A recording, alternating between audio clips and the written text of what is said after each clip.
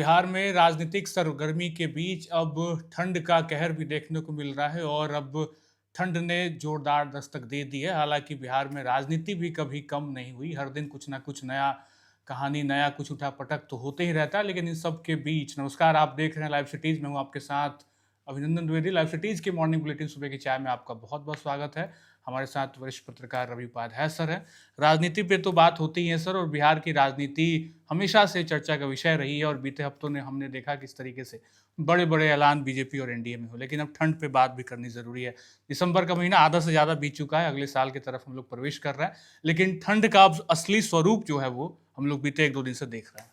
नहीं, देखिए, सबसे बड़ी बात है कि पछुआ हवा चल रही है जी नमी भी है। जी। तो टेम्परेचर जिस तरीके से लगातार तापमान में गिरावट दर्ज की जा रही है और इसी का कारण है कि ठंड का प्रभाव आपको दिखाई पड़ रहा है। और जी अब जो पछुआ हवा चल रही है तो ठंड कितनी बेधने वाली है इसका अंदाजा लगाया जा सकता है, क्योंकि घर के अंदर भी लोग गर्म कपड़े में लिपटे पड़े हुए हैं। जी क्योंकि घर से बाहर निकलने का मतलब ही आप जो है सो असहज होइएगा, असहज करने का मतलब अस्वस्थ होइएगा। जब तक कि कोई जरूरी काम ना हो तब तक जी आप एहतियात बरतें और घर के अंदर रहें। ये तो हुई जी जानकारी। लेकिन मौसम विभाग ने भी कई अलर्ट जारी किया है और इसी अलर्ट के तहत बिहार में इन दिनों कुछ दिनों तक आपको ठंड का प्रभाव बना रहेगा और सूर्य देवता भी नहीं दिखाई पड़ जी रहे हैं। जी तो आप अंदाजा लगा सकते हैं कि बिहार में जब सूर्य देवता का दर्शन नहीं हो रहा है और कोहरे और धुंध के कारण आप सड़क दुर्घटनाएं कई दिखाई पड़ रही हैं। जी गाड़ी, जो वाहन चलाने वाले हैं, छोटे या बड़े वाहन, जो हेड और टेल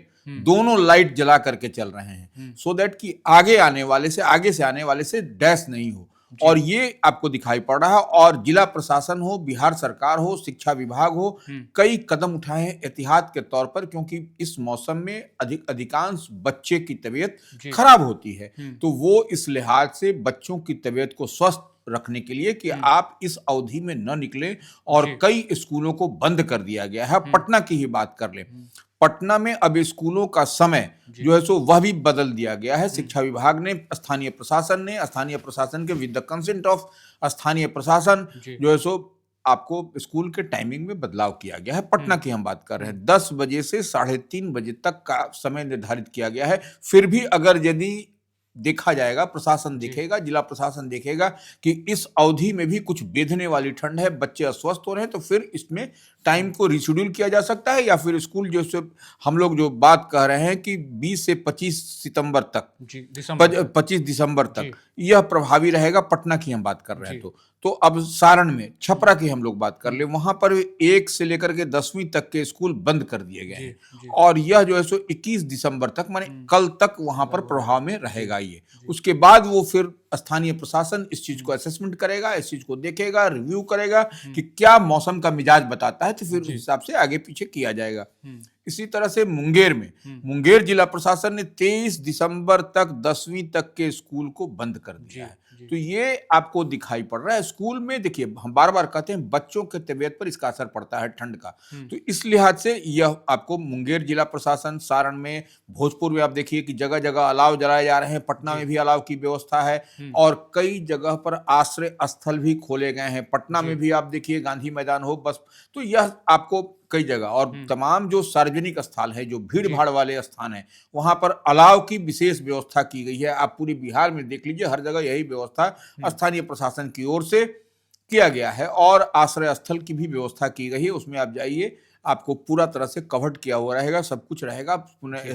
सोने की व्यवस्था वहां पर मुफ्त में की गई है। जिला प्रशासन की ओर से बिहार के अधिकांश जिलों में यह व्यवस्था हुई है। अब देखिए, कोहरे का भी असर है। कोहरे का मार इस कदर है कि आपको हैंड शेकिंग डिस्टेंस में भी, माने हाथ मिलाने की दूरी में भी, लोग सुबह के समय या दिन चढ़ने के बाद तक नहीं देख पा रहे हैं। तो यह एक भयावह स्थिति है। निश्चित रूप से कोहरे और धुंध के कारण राष्ट्रीय उच्च पथ, राष्ट्रीय राजमार्ग पर बड़े वाहन और छोटे वाहन आप देखिए कछुआ की चाल में चल रहे हैं। आप यह भी छोड़ दीजिए, आप देखिए कि ट्रेन, बड़ी बड़ी ट्रेनें जो है सो 6 घंटा, 4 घंटा, 3 घंटा विलंब से चल रही है। दिल्ली से पटना की आप अधिकांश ट्रेनें देखिए, यह उस पर यह पिटती हुई दिखाई पड़ रही हैं, वह धीरे धीरे चल रही हैं। और तो और आसमान में उड़ान भरने के लिए जो फॉग का जो मार है, जो धुंध का मार है, वह कई विमान सेवाओं को भी कहीं न कहीं आपको इफेक्ट करता हुआ दिखाई पड़ रहा है। तो यह एक बड़ी बात है। और कोहरे के कारण बीते 24 घंटे में बिहार में अगर हम बात करें तो 4 जिलों में कई हादसे हुए, 7 लोगों की मौत हुई है और कई गाड़ी पलट गई है। जी जी।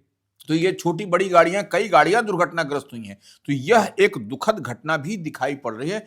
इस लिहाज से हम कह रहे हैं कि आप एहतियात बरतिए, धुंध में जब कोहरा हो, बड़ा हो, तो आप मत ना निकलें और एहतियात बदलें, आप बरतें। जब इतना आवश्यक काम है तो आगे और पीछे की लाइट, हेड और टेल लाइट को जला करके चलें। बिल्कुल, तो ये तो ठंड का कहर और ठंड का प्रकोप दिन प्रतिदिन बढ़ता दिख रहा है, लेकिन जैसा कि हमने कहा कि बिहार में राजनीतिक सरगर्मी कभी कम नहीं रही और इन सब के बीच बीता जो हफ्ता था या बीते 2-4 दिनों की बात कर ले तो बीजेपी ने अपने ऐलान से सबको चौंकाया है। उनमें एक नाम नितिन नवीन का।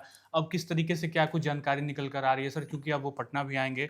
अब पटना में क्या स्वरूप बनेगा बीजेपी के नए राष्ट्रीय कार्यकारी अध्यक्ष को लेके? नहीं, देखिए, सबसे बड़ी बात है कि आपने देखा कि भारतीय जनता पार्टी के प्रदेश अध्यक्ष संजय सरावगी बने। जी। आपने देखा कि बीते दिन कल जो आपको था, पटना का पूरा अस्त व्यस्त ट्रैफिक हो गया था। जी। तो वो क्योंकि उनके स्वागत के लिए वो भाजपा के प्रदेश कार्यालय में, फिर अंबेडकर मूर्ति के पास, पटना उच्च न्यायालय के पास में वहां गए थे। तो यह एक और अब ऐसे में 23 दिसंबर को भारतीय जनता पार्टी के राष्ट्रीय कार्यकारी अध्यक्ष जो नितिन नवीन पहली बार बिहार के दौरे पर आ रहे हैं। तो उस दिन उनके स्वागत के लिए, और पटना के ही वह विधायक रहे, पटना से ही नीतीश कैबिनेट में ही मिनिस्टर रहे, तो यह बिहार के लिए गौरव की बात है। लेकिन पहली बार 23 दिसंबर को पटना आएंगे नितिन नवीन अपने पदभार ग्रहण करने के बाद, राष्ट्रीय कार्यकारिणी भाजपा का, कार्यकारी अध्यक्ष भाजपा का।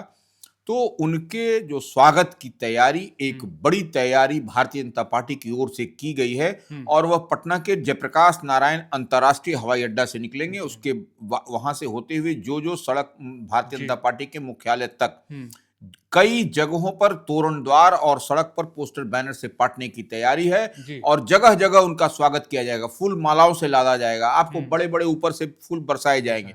तो ये उस दिन जो है सो आपको 23 दिसंबर को जयप्रकाश नारायण हवाई अड्डा से लेकर के एयरपोर्ट के जो हम लोग कहते हैं, वहां से लेकर के भारतीय जनता पार्टी के प्रदेश मुख्यालय जो बीरचंद पटेल पथ पर है, इनकम टैक्स से थोड़ा सा दूर, तो वहां पर देखिएगा कि उस इलाके में आपको अस्त व्यस्त यातायात रहेगा।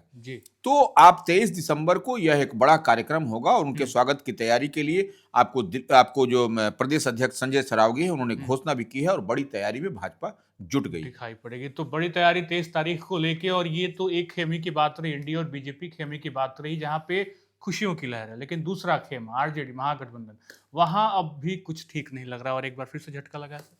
नहीं, देखिए, ये मसला जो है सो ये राउज एवेन्यू कोर्ट में जो राबड़ी देवी या लालू प्रसाद यादव के मामले में जो सुनवाई हो रही है, उसमें आईआरसीटीसी घोटाले और में होटल में टेंडर और जमीन के बदले नौकरी की बात जो हो रही है, तो वो उसी मसले को लेकर के आपको राबड़ी देवी की ओर से जो याचिका दायर किया गया था कि दूसरी अदालत में सुनवाई की जाए, लेकिन उसको टर्न डाउन कर दिया है। तो अब उसी कोर्ट में, उसी जगह पर, उसी न्यायालय में सुनवाई होगी।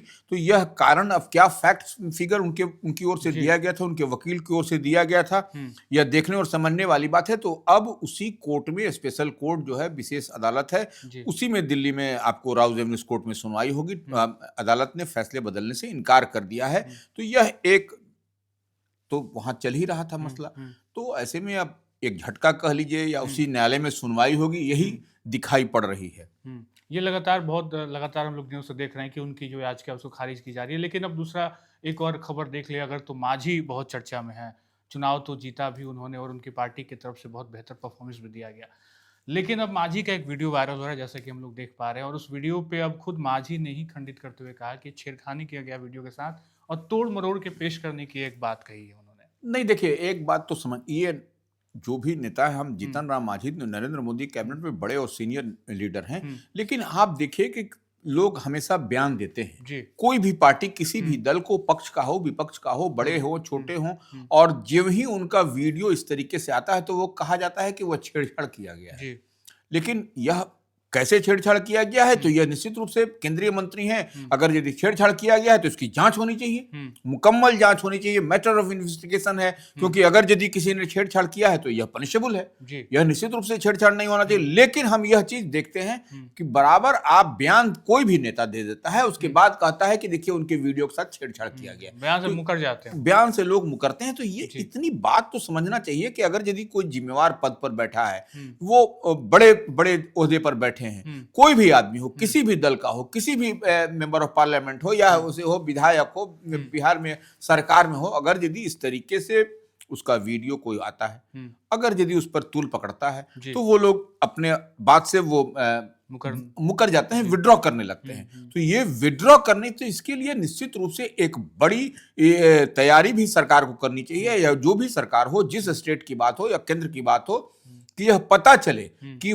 फलना व्यक्ति जिसने भी दिया उसका ये वीडियो को यह बनाया गया, या फिर उसमें तोड़ मरोड़ के किया गया, क्रॉस चेक होना चाहिए। तभी देखिए, अब जो जीतन राम मांझी कह रहे हैं कि कुछ लोगों को लगता है कि मुसहर के लाल को बदनाम कर देंगे। तो देखिए, अब आप बड़े ओहदे पर हैं और इस तरीके से आप बोल रहे हैं मुसहर के लाल। मुसहर तो देखिए है नहीं, वो तो एक निश्चित रूप से वो बड़े नेता हैं। अगर उनकी बात को तोड़ मरोड़ करके पेश किया गया है, जिसने भी पेश किया हो, हम नहीं जानते किसने किया, तो वो पनिशेबल है। वो इस तरीके से नहीं होना चाहिए, क्योंकि आगे भी एक तो लकीर होनी चाहिए, उसको कोई नहीं फांदे।